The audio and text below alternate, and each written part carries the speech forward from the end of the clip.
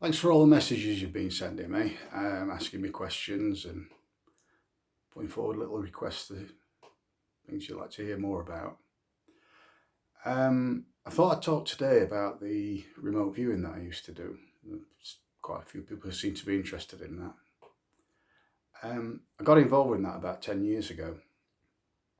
I was approached by an organisation that worked as a third party for law enforcement, mainly in America. The project was run by an ex-FBI agent, and I was asked to go and take part. Prior to this, I'd done quite a lot of remote viewing for other things, and I'd actually developed a technique which is somewhat different from what you've probably heard about, if you've heard anything at all about remote viewing. For those who don't know, remote viewing is the ability to put yourself in a place of any geographical location. And once you're there, you can describe what you see, what's happening, or even what's happened in the past.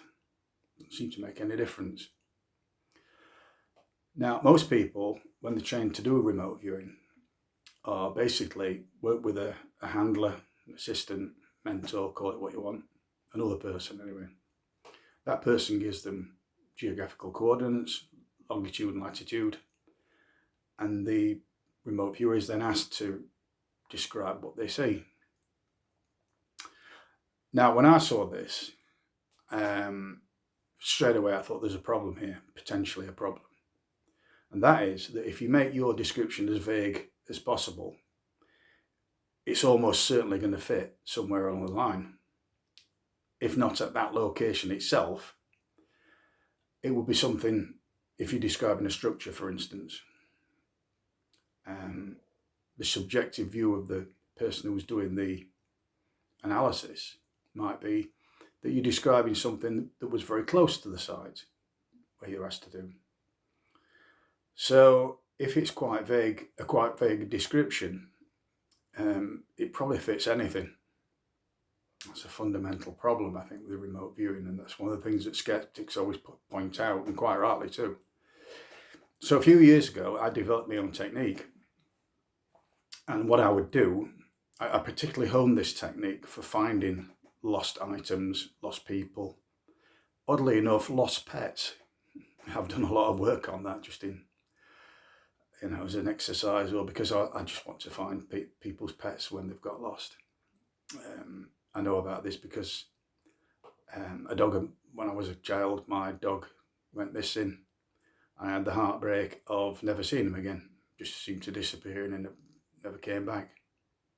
So I understand what it's like for people who have got pets who are missing and the heartbreak that can create. And if I can do anything at all to help, I will do.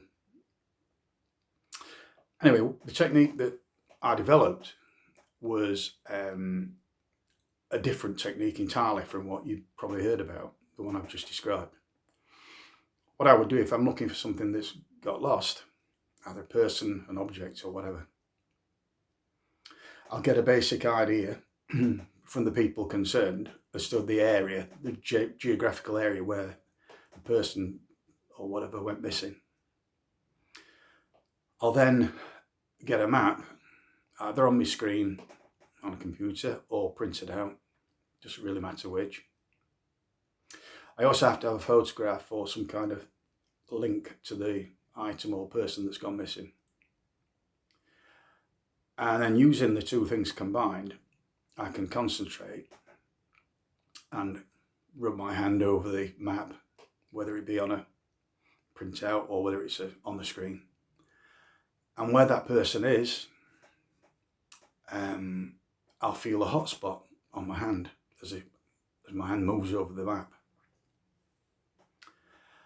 And just to make sure that it's not some anomaly, particularly if you're using a computer screen, for instance, where there might be just some kind of random heat, whatever reason, I'll always check that again by moving the map to a different format and then doing the thing again. And I'll do this several times over a period of time to make sure that you've got a sort of aggregated thing. What I also notice is that when my hand goes over the area that I now think that this person or item is located, the more times I do it, the more a kind of narrative appears in my mind as to what's happened, why that person's gone missing, or where this person is now, what kind of environment they're in, or if it's a pet, same thing. And you get more of a picture builds up. The more times that you do it, the longer you spend. And it's not long before you can pretty much make a report as to what's happened and where that person or object is. Now, when I was doing it for law enforcement, or it was actually a third-party organisation, they used to deal with the law enforcement. They used to get requests from them, not the other way around. Despite what you'll hear in the media, law enforcement, particularly in America, uses psychics and remote viewers quite a lot. Of course, they'll not admit that because it doesn't go down well with the public. But usually what they do is they'll wait until a point where the traditional searches have come up a line, which might be several months, it might be years sometimes. And in sheer desperation, they'll come along to this organisation and say, look, can you give us any assistance with this? The former FBI agent who was running the program would then email us the details, and he would give us as few details as possible so that we don't get clouded with spurious information that might be, if you like, lead us down a blind alley. He would then get reports back from us, depending on what we'd seen, and he would then aggregate those reports.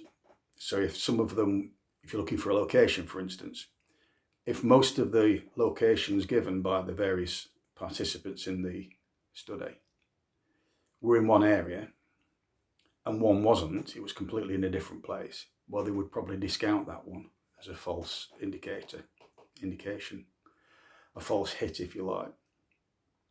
So the results were aggregated. They would then be formally put into a report, which was then passed to law enforcement. And quite often what would happen, for instance, if you're looking for a missing person or a missing aircraft, for instance, light aircraft often go missing in America, and they can disappear into the wilderness and never be seen for years afterwards until somebody comes along across the wreckage, because these places are so isolated. And quite often what would happen was the searchers would, the police department, sheriff's department, sometimes it was the FBI, depending on what the circumstances were. And they would then do a search where they thought that most likely that person or object, aircraft, whatever it would be, in other words, based on the information they've already got. We would often come up with a location that was not in the original search pattern. And the law enforcement people would get a group of searchers together without telling them anything about psychics or remote viewers or anything like that. And they would search this area that we've asked them to search. And lo and behold, they'd find what they were looking for. To give you an example of the kind of thing that we were doing, the first case I ever worked on was a missing plane. This plane had been missing for about 2 years. 2 persons on board, just disappeared off the radar in a place in America near Sedona, quite an isolated area, kind of semi-desert where it went missing. When I looked at this, I immediately homed in to an area, and I also saw an image of the tail plane, sticking up out of the ground, out of what appeared to be a crack in the earth. And there was red desert around it. I could quite see like that. So there's this image of a dark crack with the tail fin sticking up, a white tail fin. The thing it reminded me of, oddly enough, was the logo of the rock band ZZ Top, who used to have that double Z, or double Z for you Americans, logo. And it looked like that, like two Zs on the ground with this tail plane sticking out of it. And that's why, presumably, they hadn't found it, because it's quite well hidden. Anyway, they did a search, because the area that I indicated was also indicated by many of the others in the group. A search was done in this area, which had never been searched before, because they didn't think the plane would have got that far, or whatever it was. I don't know, whatever reason. And lo and behold, within 2 days, they found it, after 2 years. And the only gratification I got from this work was that in that case, for instance, unfortunately, there were 2 people on board, the pilot and a female friend. And of course, their families had been through hell. They'd no idea where they were, what had happened. They obviously realised that these people were not coming back, because they strongly suspected the plane had crashed. But at least these poor families and friends would know what happened, that the things being found, their loved ones had been recovered, and they could have a proper burial, and what the Americans call closure. And that's the only thing that any of us ever got out of this. We weren't paid, by the way, although I have actually been offered a lot of money to do various things, usually looking for oil, minerals, gold, that kind of thing. I've always refused. And the reason I refused to accept any money ever for anything is that there's something that tells me that I've been given this ability, if you like, but it's not for me to make money out of. That's not the point. And I'm not even sure that if I started making money, that ability might be taken away, because I've been misusing it. And if I ever think about using it for money, making money for myself, the words "not permitted" immediately come to my mind. And I take that as an instruction that I'm not supposed to do it. Now, when I first started with this agency, and the FBI agent and former FBI agent who was running it, the number of cases we were getting was probably about 1 a month. Not that many. But towards the end, after a couple of years, we were getting 2 a week, 3 a week. And it became basically too much for me. Not only in terms of the time it took, because you don't just do it in 5 minutes, this thing. You have to do, sometimes you spend a couple of days. But also, with 2, 3, 4 cases a week, I got to a point where I was totally exhausted. So clearly this takes a toll in terms of your energy, which I can understand, because it requires quite a lot of concentration, and you kind of go into like a trance when you're doing it, and that's the thing. So reluctantly I had to stand down, because I explained that I needed a break basically from this, and I was getting very, very tired, almost to the point of exhaustion. The other thing was, of course, that you're dealing with basically human misery a lot. These cases are never good. They're always somebody who's gone missing, somebody who's been murdered, somebody who's died, somebody who's gone out into the wilderness hiking and has disappeared. They're always presumed dead.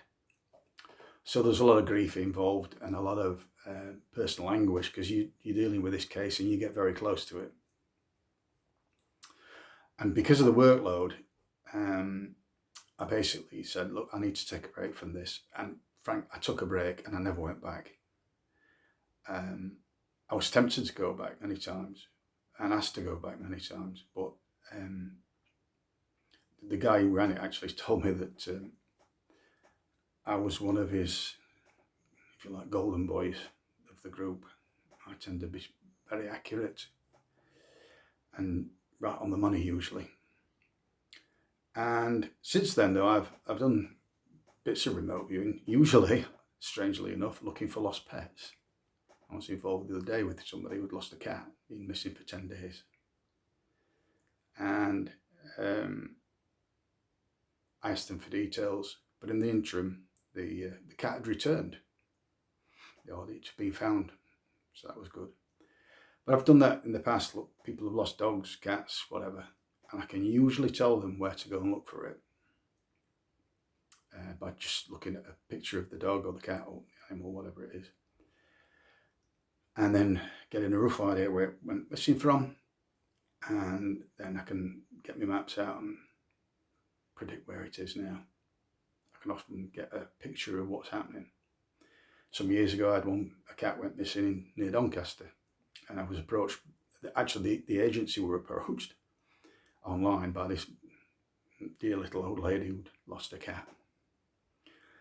And the guy that ran the ex-FBI agent said, "Does anybody want to take this?" And I said, "Well, it's just down the road from me, so yeah, I'll take it.